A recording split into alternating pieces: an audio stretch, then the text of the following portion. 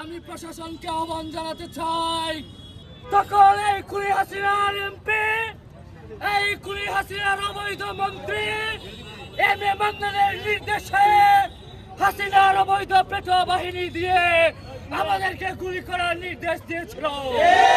রামগঞ্জে মান্নানের নির্দেশে সাধারণ ছাত্র জনতার উপর কিভাবে নির্বিচারে গুলি করে হত্যা করেছে, আমরা এই খুনি মান্নানের দৃষ্টান্তমূলক শাস্তি দাবি করছে। নির্দেশে গুলি করা হয়েছিল, যারা রাজপথে থেকে ছাত্র জনতাকে হামলা করেছিল অবিলম্বে তাদেরকে গ্রেফতারের জোর দাবি জানাচ্ছে। আপনারা যদি তাদেরকে গ্রেফতার না করেন আমরা ধরে নেব আপনারা এই খুনি হাসিনার প্রেতাত্মা। তাই আমি এম এ মান্নানের ফাঁসির দাবি জানাচ্ছি এবং অবিলম্বে আওয়ামী লীগের দূষরদের, আওয়ামী লীগের পান্ডাদের গ্রেফতারের জোর দাবি জানাচ্ছে। এই খুনি হাসিনার অবৈধ সংসদ, এই খুনি হাসিনার অবৈধ মন্ত্রী এম এ মান্নানের নির্দেশে সারা বাংলাদেশের ছাত্র জনতার উপর নির্মমভাবে গুলি চালানোর নির্দেশ দিয়েছিল।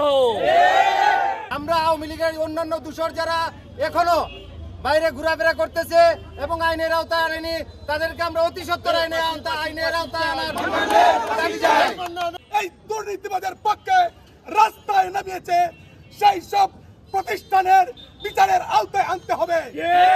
সেই সব প্রতিষ্ঠানের দুর্নীতিবাদের শিক্ষকদের বিচারের আওতায় আনতে হবে।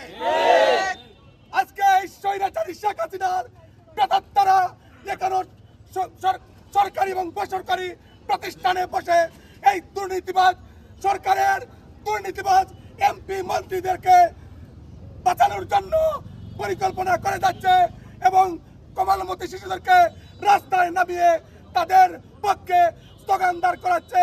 আমি তাদের বিচারের দাবি জানাচ্ছি। সংগ্রামী উপস্থিতি, আমি বক্তব্য দেব না, আমি শুধু বলতে চাই যতদিন না পর্যন্ত এই স্বৈরাচারী শেখ হাসিনার দুর্নীতির বিরুদ্ধে এই সরকার শক্ত অবস্থান না নেবে ততদিন পর্যন্ত বিএনপি সহ বিএনপি অঙ্গ ও সহযোগী সংগঠন রাস্তায় থাকবে। এই আশা উদারতা আহ্বান জানিয়ে আমি আমার বক্তব্য শেষ করছি। অবৈধ প্রত্যেকটি মন্ত্রী এমপি দেশকে একটি তলাবিহীন ঝুড়ি হিসাবে ব্যবহার করেছে। দেশ আজ সারশূন্য। সংগ্রামী দেশবাসী, আপনারা জানেন তথাকথিত সুনামগঞ্জ জেলা আওয়ামী লীগের সংগ্রামী সভাপতি রুহুল হুদা মুকুট দুর্নীতিবাজ নাম্বার 1, জেলা আওয়ামী লীগের সাধারণ সম্পাদক নুয়ান বক্স পলিন দুর্নীতি নাম্বার 1, সুনামগঞ্জের সাবেক অবৈধ মন্ত্রী এম এ মান্নান সহ প্রত্যেকটা এমপি দুর্নীতিবাজ 1। আজকে আপনারা জানেন এই সুনামগঞ্জের বাসী তার মৌলিক অধিকার থেকে বঞ্চিত তাদের লুটপাটের কারণে। তারই উদাহরণস্বরূপ আপনারা জানেন এই এম এ মান্নান কত বড় দুর্নীতিবাজ, তার উদাহরণস্বরূপ আপনাদের সামনে একটি তথ্যবদ্ধ তুলছি।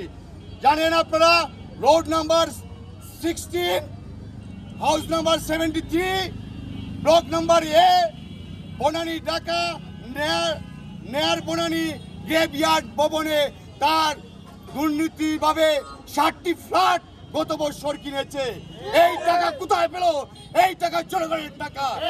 আমরা অবৈধ মান্নান সহ এই আওয়ামী লীগের দূষরদের শাস্তির দাবি করছি এবং এম এ মান্নানের ফাঁসি দাবি করছি। সবাইকে ধন্যবাদ জানিয়ে আজকের এই বিক্ষোভ সমাবেশ এখানে সমাপ্ত করছি।